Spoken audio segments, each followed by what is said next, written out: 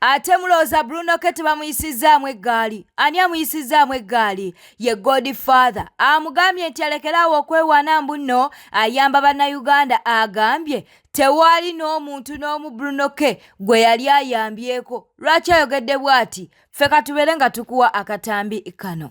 Somebody should tell Bruno K toyambanga ku muntu yenna. Mu bantu abatayambanga ku muntu, Bruno K toyambanga ku muntu. Era okuyimirira awo n'okutugamba mukozese ennamba zammwe muyamba abantu kaba kamanyiiro bweyagala kumanyiira bumanyiizi. To an extent nti oba osobola okusondera omuntu miliyoni 2 naye nga n'akagaali ak'omwana ak'emitwalo 8 tokamugulira. Naye nga mwana wa star kyatavuga kagaali ng'abaana bavugana bimotoka bibatuulamu bya miliyoni 8 ng'owuwa akagaali ne kamubola era ne kitwala mukazi kumala kuvaayo. So Buno talina kuyimirira ku magulu ge n'agamba nnyamba abantu.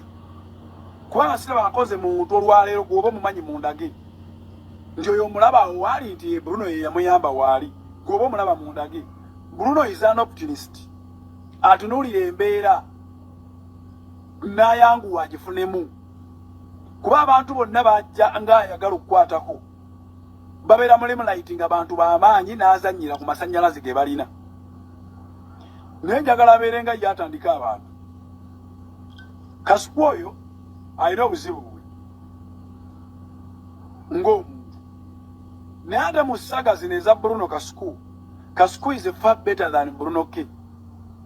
N'essaawa entuufu buli lwetuuka mu budde essaawa enfu buli lwetuuka mu budde bwe yafiiramu essaawa ebeera ntuufu. Kuba essaawa z'ebeebala ziba zeezo. Kale Kasuku ne baba badde alina wrongs ez'enjawulo eno n'eno. Right now Kasuku watuula Bruno K talina kutuulawo. Kasuku wa bbeeyi nnyo okusinga Bruno K milioni 8. Kubanga olwaleero tulina abantu be tulabako abamu nga baalina rejects ng'ensi yabagaana nga bakugamba nti baayimba nako baaliwo okuko ne mu ancient times naye ensi neetabamanya bafranka ntambi nga ekituuku Kasuku okubajjayo n'abaleeta ku map olwaleero basiba n'amataayi. Their families are surviving. Naye you can ask them babeerawo batya? Babeerawo kubanga baserebu. That's how they survive. Kyonna kye bakola oba alina ki oba alina ki naye mujjeko oba celebrity olawo banaabeerawo. He will dim.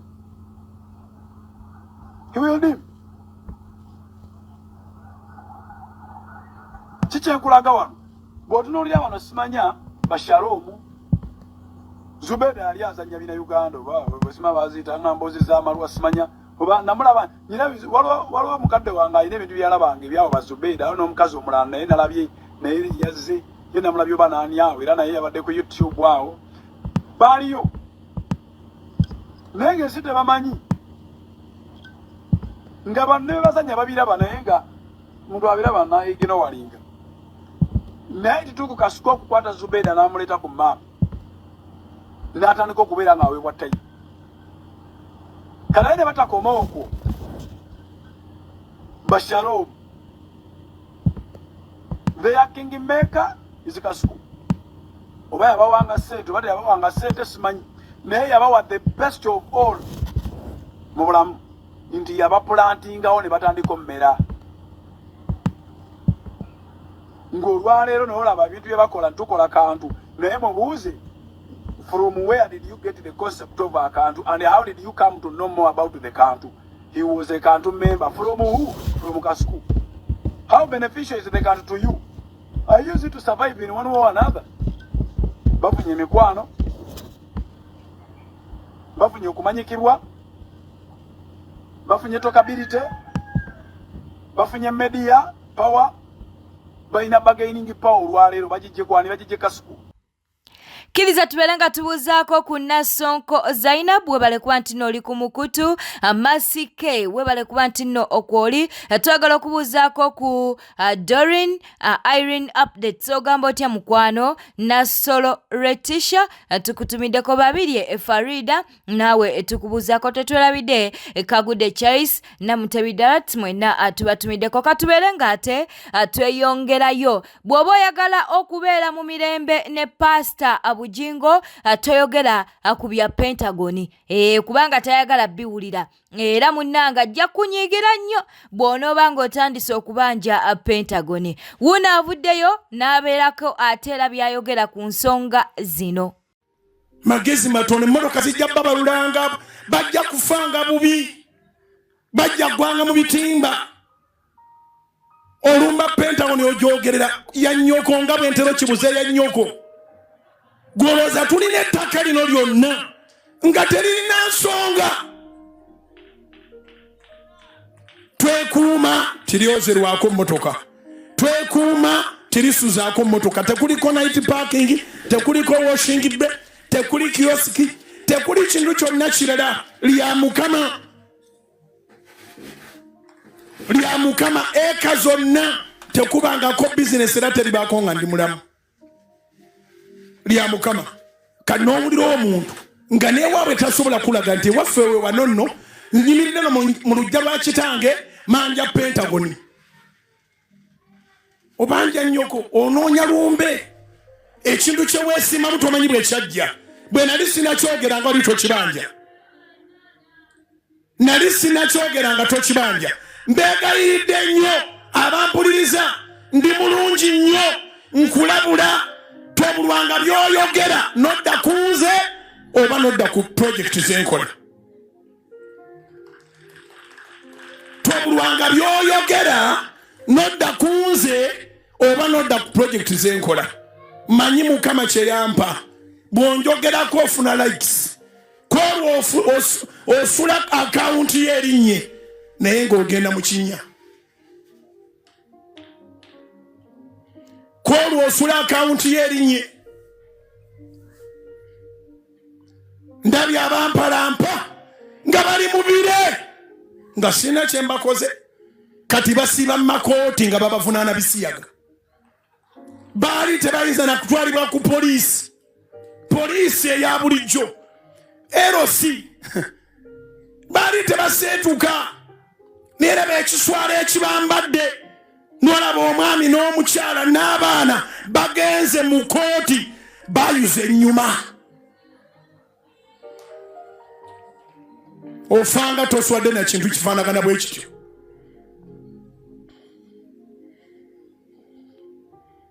ofanga ekyo tekikubaddeeko naye bagenda okutandika okumpalampa maama nga ne bw'oloota erinnya lye weenenya bayinza okutta bayinza okusiba olwaleero batambulanga famire okugenda okuwoza ogw'ebisiyaga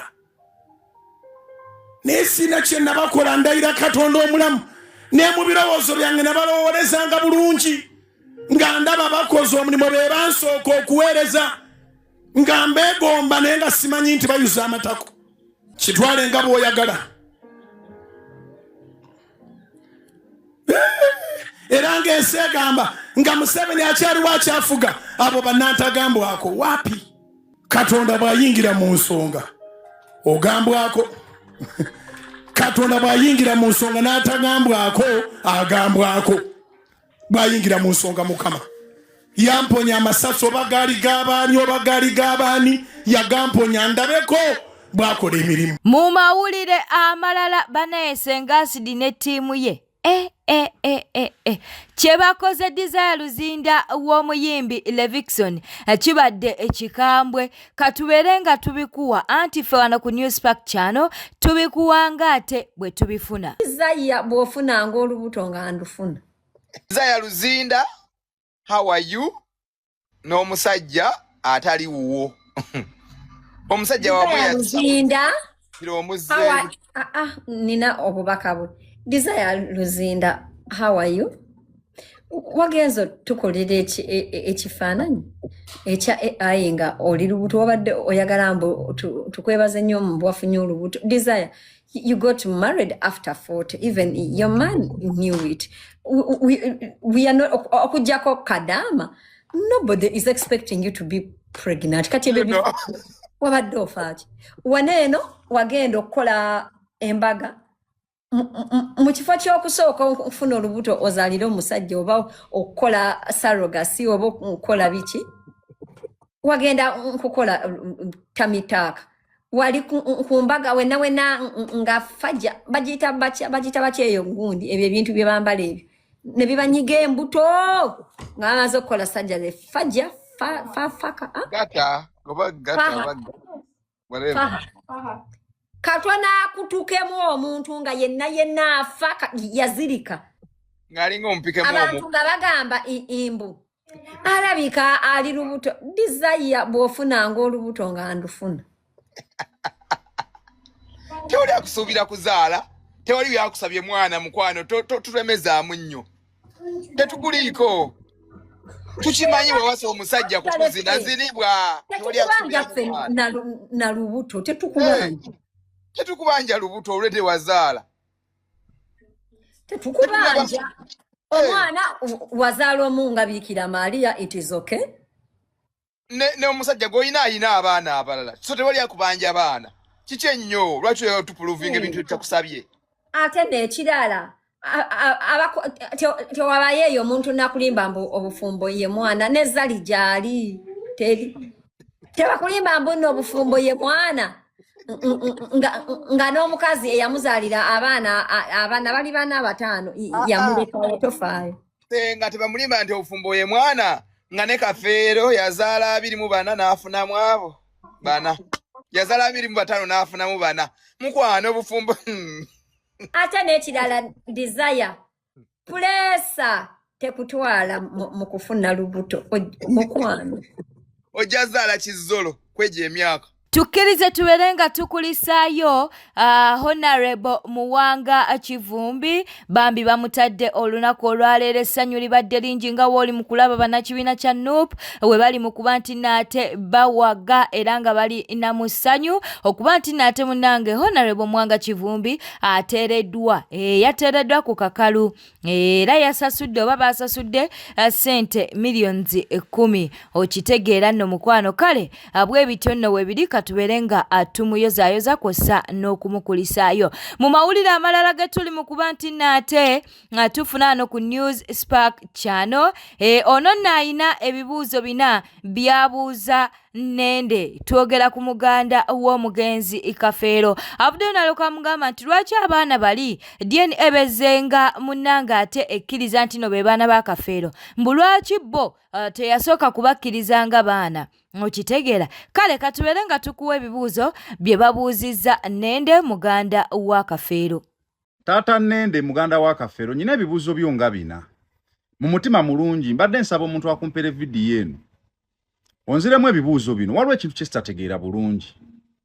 Ekibuuzo ekisooka Taata Nende oli muganda wa Kafeero era ogamba nti ofuba kulabanga muganda wo oba mukulu wo Kafeero kati omugenzi afuna obwenkanya mu baana be ng'abaana be tebabavuvuba naye bw'obanga ddala oyagala Kafeero afuna abaana be lwaki tosooka n'okkiriza bano abana DNA emirundi ene egy'enjawulo bezzeraga nti babe kale n'ogamba nti kale bano baana ba Kafeero ba mukulu wange nsanyuse nnyo kubanga kyenjagala mu mutima gwange wabula nganze Nende nyinamu okubuusabuusa ne mu baana abasigadde 21 oba 3 oba 4 namwe mulayika mukyalimu abala twongere tukole DNA.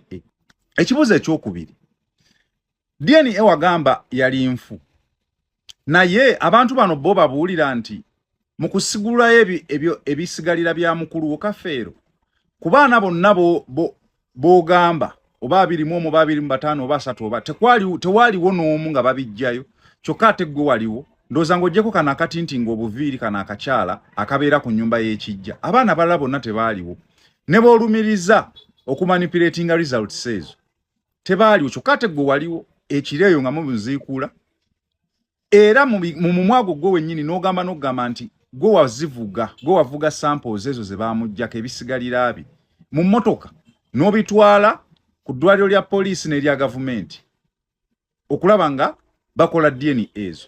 Kakati abaana bano ovaayo n'obagamba nti balamu bayazikwatamu oba abaana bazikwatamu kati nabo bakitwale nti naye wabayambako mu kuzikwatamu kuba gwe waliwo nga bamuziikula gwe wazivuga okuzitwala buli wamu gye bazitwala.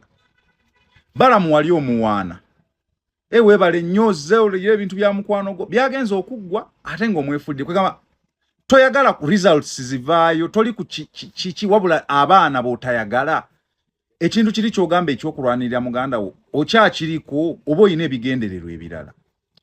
Ekyokusatu ogamba nti oyina akasente oyina ebyuma oyina ebikuba emmwanyi naye mu baana bano bonna abavaayo abagamba abakafeero nga tewali mwana n'omu avaayo agamba nti wali omulabiriddeko kubanga Kafeero bwafa abaana basinga baatwalibwa mikwano gye.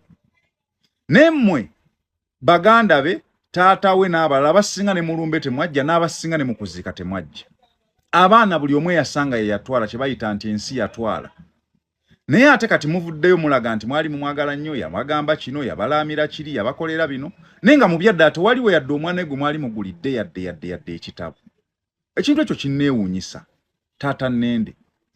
Nensigala nga neebuuza oba ddala omulamwa gwo muliko. Ekibuuzo ekyokuna taata Nnende ogamba nti abaana bano abaavuddemu abaana tebalina mulamwa nti bano abaana 21 be b'omulamwa era gwe oli taata waabwe era baana ba Kafeero n'ebirala.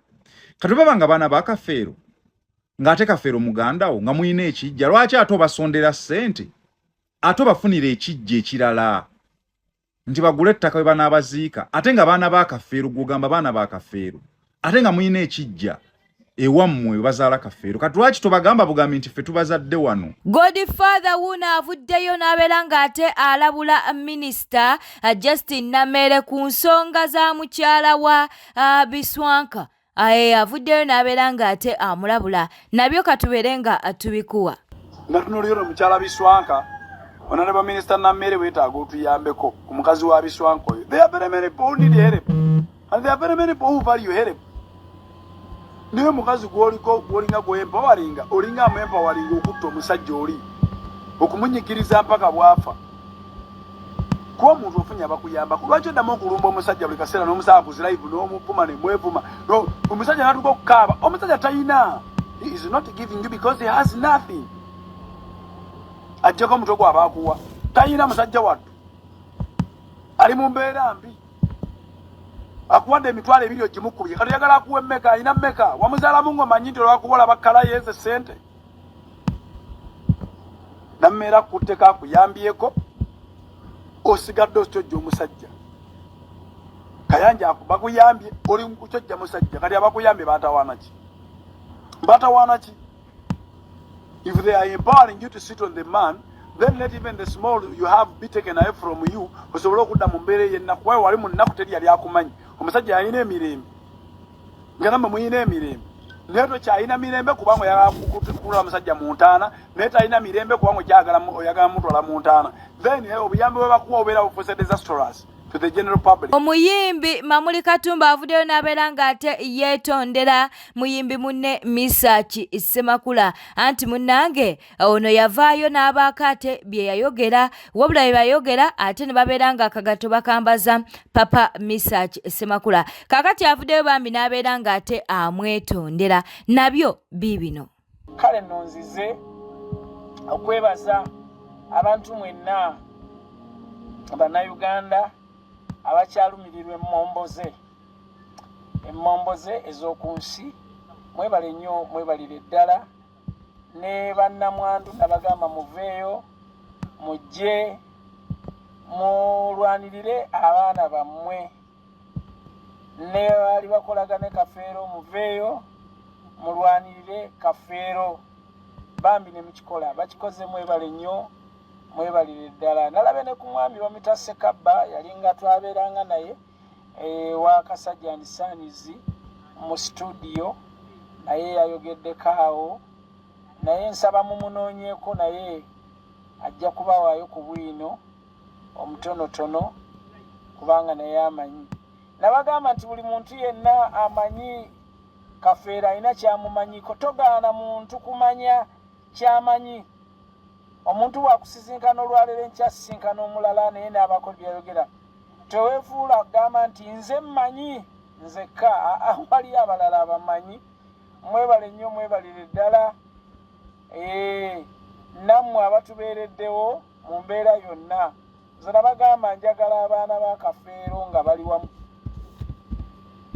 Abaana ba Kafeero nga bali wamu kyekyoka ekinnuma teri kirala kyonna kinnuma wabula nzize okwetondera sa Misa Kisemakula mukwano gwange nti waliwo akatambi kange ke nakola ke nali njogera ku Kikweno ne bakakwata ne bakateekamu ebifaananyi byo ne bakola bye baagala ate leero njagala bawabula Misa yagaana okuvayo nnyo ku bintu bya Kafeero lwa nsonga nti mumulinamu omumwa tuve ku Misa tudde ku muzinga gye gutunuzaze gye nali ngutunuza temukutunuliza Misa ebyombi yazaala misiikirwa yatwala kalenda nedda kalenda eyo gye mulaba kalenda ina nnyiniyo wabula abayimbi bakuŋŋaaniranga obukuŋŋaanizi nga bwe twakuŋŋaaniranga ewa Kasajja and Sons nga bwe twakuŋŋaaniranga ku Pride kati senga mwakera ne mugamba nti Pride yabakayimbira nedda kalenda eyina nnyiniyo omusajja mukiga wa Kitooke ndowooza bagita Kitooke musajja weeri Ibanda naye yafa waliwo mutabani we naye olw'okubanga nti waabeerangawo abayimbi bangi nnyo abakuŋŋaanirawo ne mukiteekaawo Misa mumuveeko ebyo byonna bye mugamba mbusimanyi yazaala mu Kikweno omwana nedda ebyo si bituufu bwe biribanga gye biri ate ebyo si bye tuliko tuli ku kintu kirala nnyo temuvuga kintu kino nga mukizzeeyo kyonoonekeraawo era ndaba kati kiringa ekizikira ate kizikira fe twagala kuseesaamu ate nkomyewo aseesaamu ekya Misa n'ebintu bya Misa bw'aba alina ekintu kya Kafeero yakuuma kikuume alikibawa buwi n'abagamba nti kino kyali kya taata wammwe nakikuuma olw'ensonga bwe nali nvayo ne mukola ki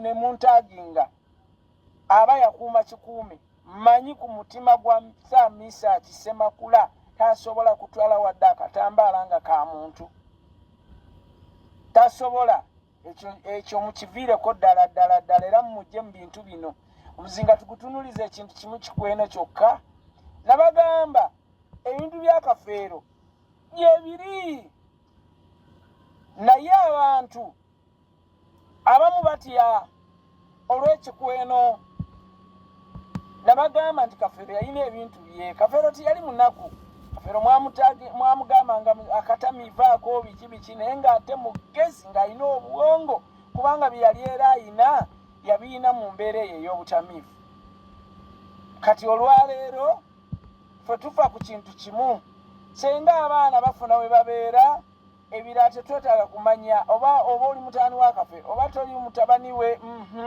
mubalekaawo tubayambe nga bannayuganda abasobola okubeerawo ne baba nga balina we babeera we baziika we bava bwe kikulumirawa abaana abo be babasondera ssente ne bazibawa ndabayo abataaginga ono omuvubuka Bruno K Mukama akuwa omukisa ogw'amaanyi Mukama akuwongere ogenda kulumya abantu emitwe bonna ba YouTuber bali mutwe wabakubye eggoolo gwe kola ekyo Mukama kyakuwadde amagezi gakuwadde abalala baleke buli kintu kibaako n'obudde n'essaawa kati ssaawa eno Bruno K gwoliko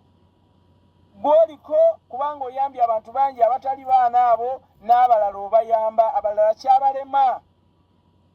kyabalema kati muleke Bruno K akole ebibye basebo ne bannyabo abakyala abaana mwekuŋŋaanye emmombo ze Mukama ajja bawa omukisa nabagamba ajja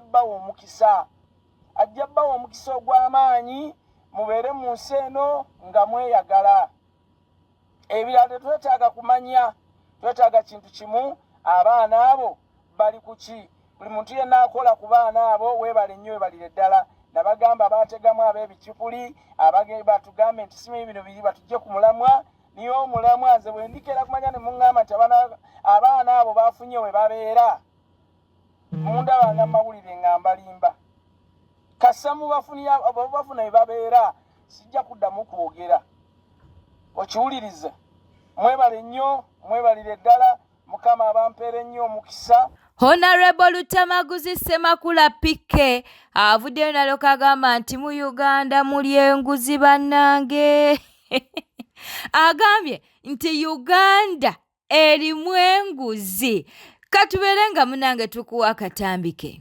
Kugambye Uganda singa ebadde World Cup ey'obubbi Uganda ekiwangula kubanga waliwo obubbi obuli passive bitongole bitine ebirwanyise bino ebitongole weebuuze lwaki government tebiwa sente n'ogamba IGG n'omutuma akole emirimu naye IGG is one of the institutions which are underfunded.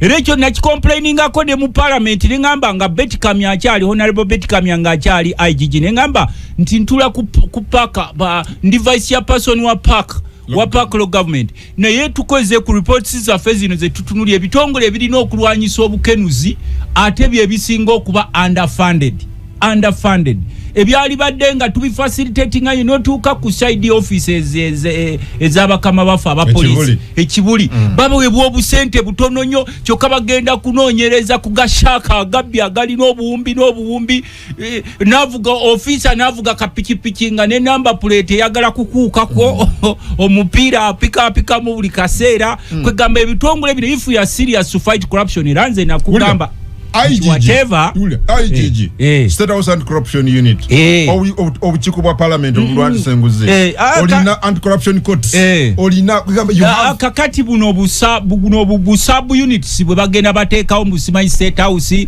and Anti-Simanyi Corruption Unity oboteekawo bwaki nga tulina eziri constitutional.